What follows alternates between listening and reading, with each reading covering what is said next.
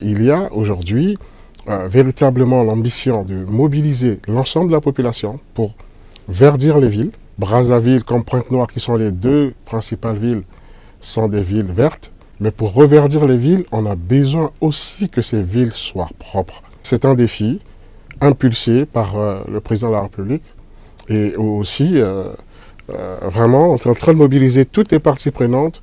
Et petit à petit, je pense que ça commence à prendre. Alors ça passe par la collecte des déchets, le recyclage, toute une gestion. Comment vous allez vous y prendre? Ça passe par la collecte des déchets, mais pas seulement, mais ça passe aussi par l'ambition. Aujourd'hui, dans le cadre du partenariat public-privé, on a une société privée de droit turc et de droit congolais, qui est la société Al Bayrak, qui a contracté avec les collectivités locales de la ville de Pointe-Noire et Brazzaville. Mais l'ambition, c'est de le transformer, donc d'aller vers une économie circulaire. Donc le recyclage complet? Le recyclage complet. Et donc là, je suis aussi à Paris pour rencontrer aussi un partenaire dans ce cadre-là du recyclage.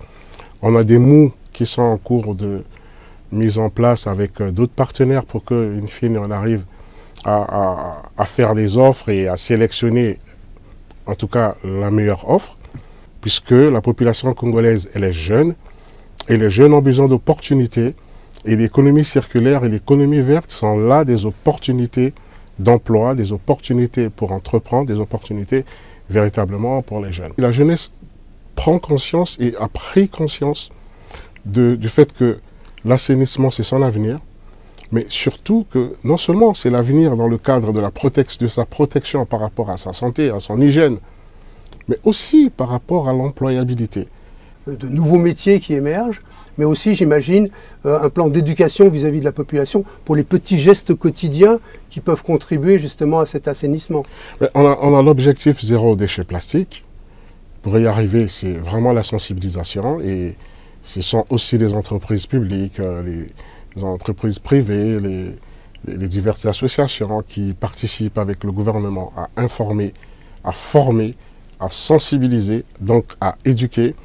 Nous allons bientôt avoir la rentrée scolaire.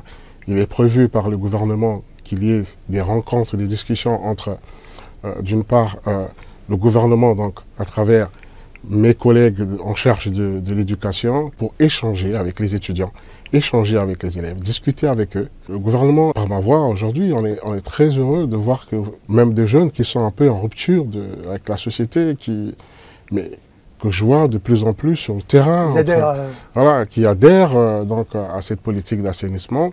Oui, il y a véritablement une prise de conscience et on ne va pas relâcher, on va continuer à être aux côtés de cette jeunesse puisque nous sommes nous-mêmes des élus de terrain, donc on va continuer à dialoguer, à échanger sur cette problématique de l'assainissement avec les jeunes.